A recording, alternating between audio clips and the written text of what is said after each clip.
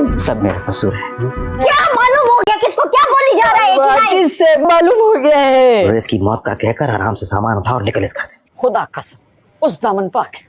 अपने लिए एक और कब्र क्यों खोद रहा है तू? परवीन आप कभी नहीं जाएगी।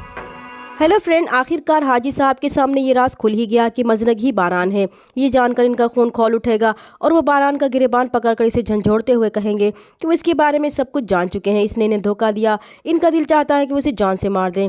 बारान बहुत डर जाएगा और भागते हुए सीधा शमीम के पास जाएगा और बताएगा कि हाजी साहब को इसके बारे में सब मालूम हो गया है, मगर वो ये नहीं जानते कि मेरी नीयत गलत नहीं थी। इस पर शमीम इसे पानी पिलाकर हौसला देंगी कि वो क्या कह रहा है, इन्हें कुछ भी समझ में नहीं आया, मगर इतनी देर तक वो खुद को संभाल लेगा और कुछ नहीं बताएगा। दूसरी तरफ इंस्पेक्टर इलियास शमीम को बारान के बारे में सब कुछ बता देगा कि वो बारबीना का पहला शौहर है। इस तरह शमीम जान जाएगी कि बारान क्यों इतना परेशान होकर इसके पास आया था।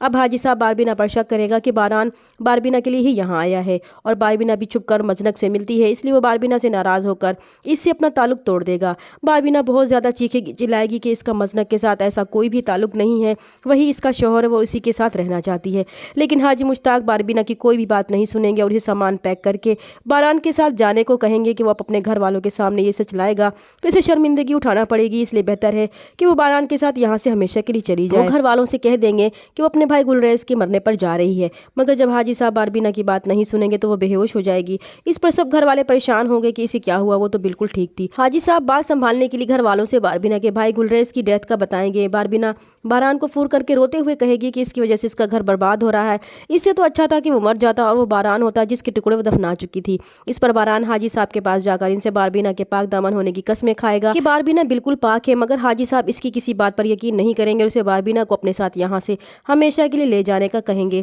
तो बारान बहुत परेशान होगा, फिर से जाकर शमीम को सारा मामला बताएगा।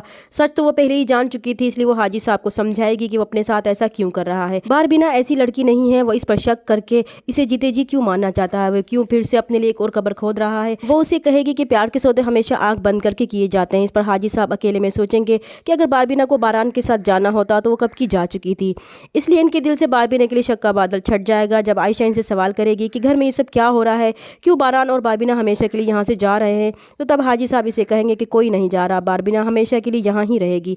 इस पर बारान बहुत हैरान होगा कि हाजी साहब ये क्या कह रहे हैं।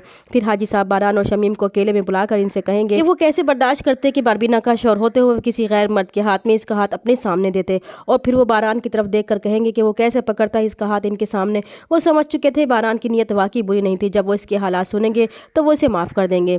चैनल पर नए हैं तो प्लीज़ चैनल को सब्सक्राइब कर दें। मिलते हैं नेक्स्ट वीडियो में, तब तक के लिए अल्लाह हाफिज़।